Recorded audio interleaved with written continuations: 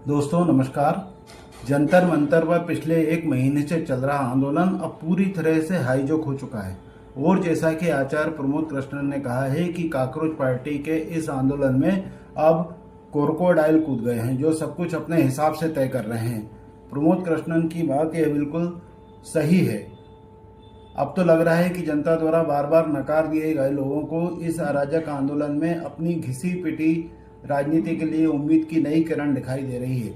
और यही कारण है कि छात्रों के नाम पर शुरू किए गए इस आंदोलन में अब इन नेताओं ने अपने कार्यकर्ता उतार कर इसे पूरी तरह से हिंसक बना दिया है।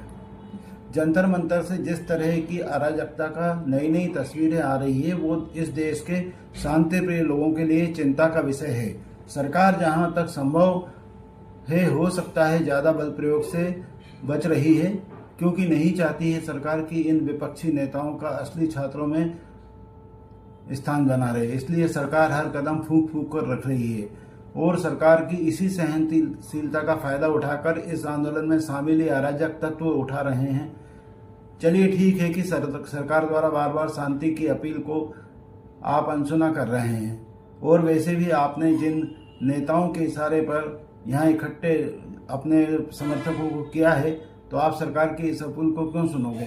क्योंकि आपको तो वही करना पड़ेगा ना जो आपके नेता कहेंगे। लेकिन सवाल तो ये है कि आंदोलन की आड़ में आप ये जो कुछ भी कर रहे हैं उसके नतीजे क्या होंगे, क्या हो सकते हैं, नतीजे कितने गंभीर हो सकते हैं, इस बात पर कभी विचार किया है?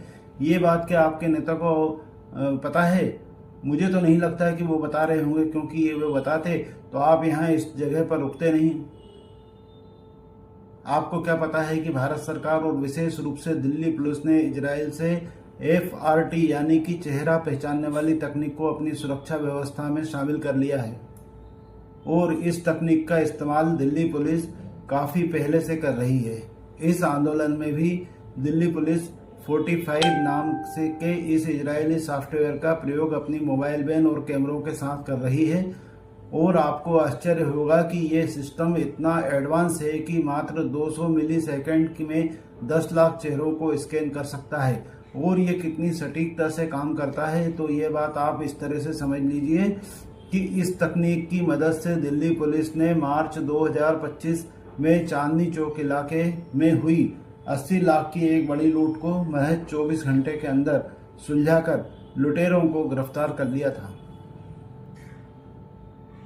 आपके पूरे चेहरे को भले ही आप नकाब से ढक लो, पर इस डकैती को अंजाम जो नकाब ढक के किया था उसको भी बड़ी आसानी से उनने पहचान लिया था, सिर्फ आंखें ही देखकर।